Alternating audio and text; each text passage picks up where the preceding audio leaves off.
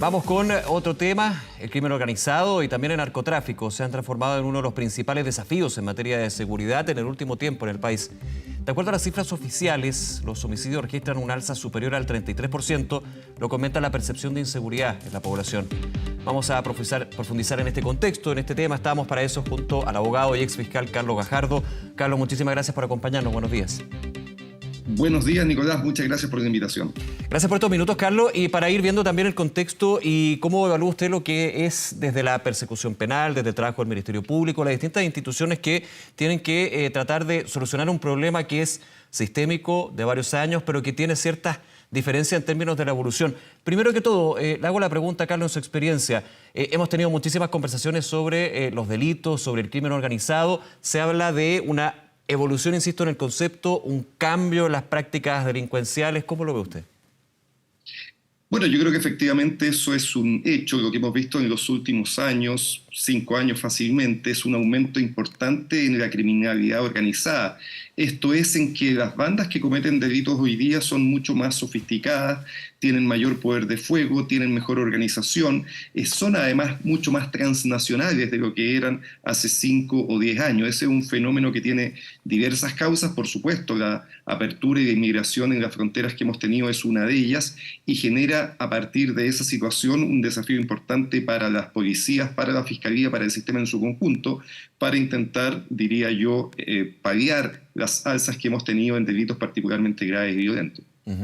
Ahora, aquí dentro de la violencia, también varias entrevistas que he tenido, uno empieza a ver factores comunes en términos del objetivo del delito y el desenlace, por supuesto. Hace algunos años, porque los delitos siempre han estado, y obviamente podemos entrar a hacer una línea histórica, pero hace algunos años, no tantos años de hecho, me comentaban, los delitos terminaban con un homicidio, lamentablemente, pero no era el objetivo. Ahora hay muchos delitos donde el objetivo es justamente matar a otra persona. Ajuste de cuentas, riña ante bandas criminales. Eso también es un tema que debería preocupar muchísimo a las distintas instituciones de seguridad, ¿no? Por supuesto, porque genera además toda una complicación adicional investigativa, ¿no? En general, claro, lo que nosotros tuvimos durante mucho tiempo eran homicidios entre personas que se conocían, básicamente. Ese era el fuerte de nuestros homicidios. Y además, claro, cometidos de una manera no planificada. Homicidios en riña, con consumo de alcohol, con armas blancas, sobre todo. Lo que hoy día vemos es un desplazamiento hacia una utilización mucho mayor de armas de fuego y con una decisión mucho más concebida desde antes, ¿no es cierto?, con una intención de ir a matar a las personas por diversos motivos, entre ellos que tienen que ver con ajuste de cuenta, con obtener algún tipo de bien económico, ¿no es cierto?, las famosas quitadas que hemos visto tanto en temas de drogas como también incluso en otro tipo de mercancías como cigarrillos, etcétera. Y eso genera una dificultad adicional para las policías, porque ya no es tan sencillo resolver el delito de homicidio y por lo tanto las tasas de delitos que comienzan a quedar sin resolución en este tipo de materias comienzan a subir, lo que es una anomalía en nuestro país, ¿no? Nosotros teníamos tasas muy altas de resolución de homicidio. En general, más del 80% de los delitos de homicidio se resolvían. Hoy día esas tasas están bajando y eso también, por supuesto, es preocupante. Claro, complica la labor de la policía y también del Ministerio Público. Aquí, Carlos, entiendo por la figura del imputado desconocido, ¿no? Que finalmente, o porque no hay denuncia o porque no se conoce quién es el que disparó o usó un arma, digamos, es bastante más complejo el proceso de investigación para llegar con la persona. Absolutamente, absolutamente. Eso dificulta mucho más la investigación. En general, nuestras investigaciones por homicidio eran de alguna manera más sencillas, ¿no? Se buscaba a la persona que por última vez había estado con la persona que había sido asesinada, y generalmente esa era la que había sido la causante en una discusión menor que había derivado finalmente en un acto de este tipo. Hoy día eso es distinto. Las personas, los delitos de homicidio se pueden cometer de una manera mucho más rápida, con mucho menos antecedentes investigativos para poder luego establecer las responsabilidades. Y eso genera un desafío en cuanto a que las técnicas investigativas tienen que ser más sofisticadas. Pasa a tener mucha más importancia todas las investigaciones que tengan que ver con huellas, con la balística empleada, etc. Es un desafío importante para las policías que deben estar a esa altura.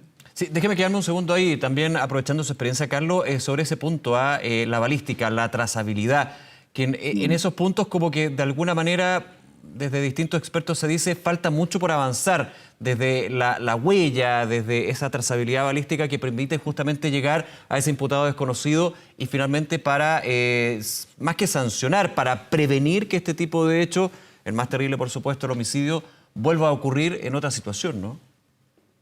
Bueno, por cierto, y de hecho Como un aspecto. Esa dificultad técnica que tiene resolver este tipo de delitos hace que esas técnicas de investigación, la búsqueda de huellas, sobre todo, no se realice con tanta frecuencia como debiéramos, ¿no? Uno podría aspirar a un estado en que la mayor parte de los robos, por ejemplo, en domicilio, esa técnica pueda ser empleada exitosamente y podríamos tener entonces mucha mejor información y mayor resolución de casos. Pero por las dificultades técnicas que aún tenemos, por la necesidad de tener mejores insumos, por la necesidad de tener mejor capacitación, no es posible todavía que tantos casos puedan ser investigados con este tipo de técnicas y eso es un desafío para la persecución criminal. De todas maneras, ¿es un tema de recursos, un tema de estrategia, un tema de inteligencia, de todas las alternativas, digamos? ¿Cómo lo ve usted, Carlos? Yo diría que todo eso combinado. Por cierto, hay un tema de recursos importantes. En general, las investigaciones necesitan tener personal calificado y tener también el material de apoyo necesario para efectuar estas investigaciones. Pero yo diría que esto también traspasa a otro ámbito de materias, ¿no es cierto? También los organismos de prevención debieran tener mucha mejor preparación para evitar los delitos. Le pongo un ejemplo. Está hoy día entrando a nuestro país mucho material falsificado que se vende. Nuestro sistema de aduanas, que es donde se realiza el control, yo creo que no tiene las capacidades suficientes para intentar impedir este flagelo y eso genera situaciones muy, muy lamentables en otro tipo de delitos. Por ejemplo, en el contrabando de cigarrillos, un reciente estudio de la Universidad Católica muestra cómo ha aumentado en los últimos años, llegando ya al 37% del total que se comercia en nuestro país.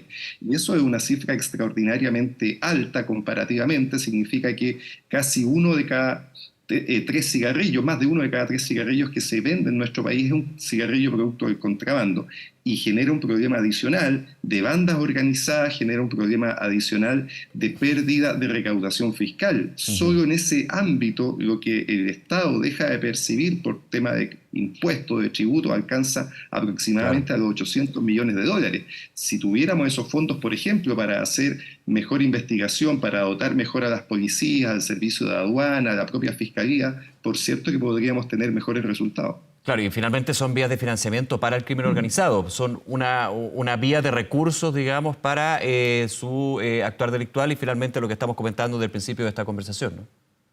Exactamente, Nicolás, y además el crimen organizado va mutando, ¿no? Va buscando las mejores oportunidades y va buscando aquellos nichos donde haya menor riesgo para actuar y mayor posibilidad de lucrar. Fíjese usted que justamente eso es lo que pasa en ese tipo de actividades. El contrabando de cigarrillos tiene penas mucho más bajas que el contrabando de drogas, pero puede tener beneficios económicos iguales o superiores. De hecho, ya se han detectado en el norte del país, a propósito de lo que hablábamos, de bandas criminales que se enfrentan para quitarse la droga, para estas famosas mexicanas, se han detectado ya enfrentamientos criminales para apropiarse de este tipo de mercadería, de contrabando de cigarrillos con resultados de fallecidos, ¿no? Entonces, efectivamente, tenemos un problema importante en cuanto a que la criminalidad organizada va andando más rápido que los sistemas de persecución y eso obliga, es un desafío muy importante para las instituciones, para las policías, para el Ministerio Público, sin duda que hoy día está a puertas de tener un nuevo fiscal nacional donde es necesario,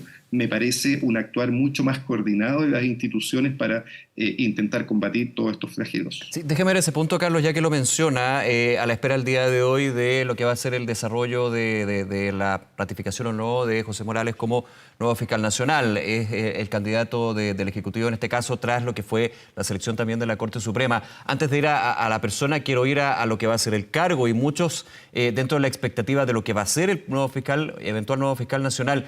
Usted ve uno de los desafíos, la interconexión en las instituciones. También con respecto a estos temas que estamos conversando, ¿cuáles son los desafíos que va a tener quien ocupe este cargo? No, de manera muy importante lo que tiene que hacer es hacer que las instituciones trabajen de manera más coordinada, de Ujú. manera más proactiva y con mucha mayor inteligencia en la investigación de estos delitos. Y ahí creo yo uno de los grandes desafíos tiene que ver con poder recuperar la confianza en la institución. Esto externamente, que la Fiscalía vuelva a tener la confianza ciudadana, y también internamente, que dentro de la Claro. institución se terminen las peleas internas que han habido y que exista un liderazgo que conduzca a la institución con un solo norte. Por eso era tan importante que el proceso de elección del fiscal nacional fuera un proceso transparente. Lamentablemente eso no ocurrió así y eso va a dificultar, más allá de que se ratifique o no al candidato el día de hoy, eso va a dificultar la conducción de la Fiscalía en los próximos años porque el proceso no tuvo, diría yo, la virtud de mostrar de manera clara las razones por las cuales se elegía a un candidato o a otro. No lo tuvo en la primera parte, en donde debía actuar la Corte Suprema, Sí. tampoco cuando tuvo que decidir el Ejecutivo, y muy probablemente vamos a conocer muy poco de las razones para que se ratifique o se rechace el nombre en el Senado. El proceso en general, y eso me parece muy lamentable, ha demostrado tener mucha opacidad. Claro, sigue con las críticas de los procesos anteriores, digamos, desde lo que fue la creación del Ministerio Público. Para cerrar, Carlos, la figura de José Morales, del fiscal José Morales, usted dentro de estos desafíos que subrayaba, ¿ve la capacidad justamente para abordarlos? ¿Cuál es su mirada al respecto? Es un fiscal con mucha experiencia, eso es indudable, está desde el comienzo de la reforma procesal penal integrando al Ministerio Público, por lo tanto conoce la institución, evidentemente ha tenido algunas críticas por la manera en que ha conducido causas, sobre todo de cuello y corbata, que tendrá, supongo, que hacerse cargo en el momento en que sea examinado en el Senado. Esperamos que la decisión que se adopte logre una nominación y, en definitiva, un nombramiento que es muy importante para la institución, sin duda, pero también para el país. Carlos Gajardo, nuevamente muchísimas gracias por acompañarnos, Carlos, esta mañana. Que esté muy bien. Gracias a usted, Nicolás, que esté muy bien. Muy buenos días, buen día.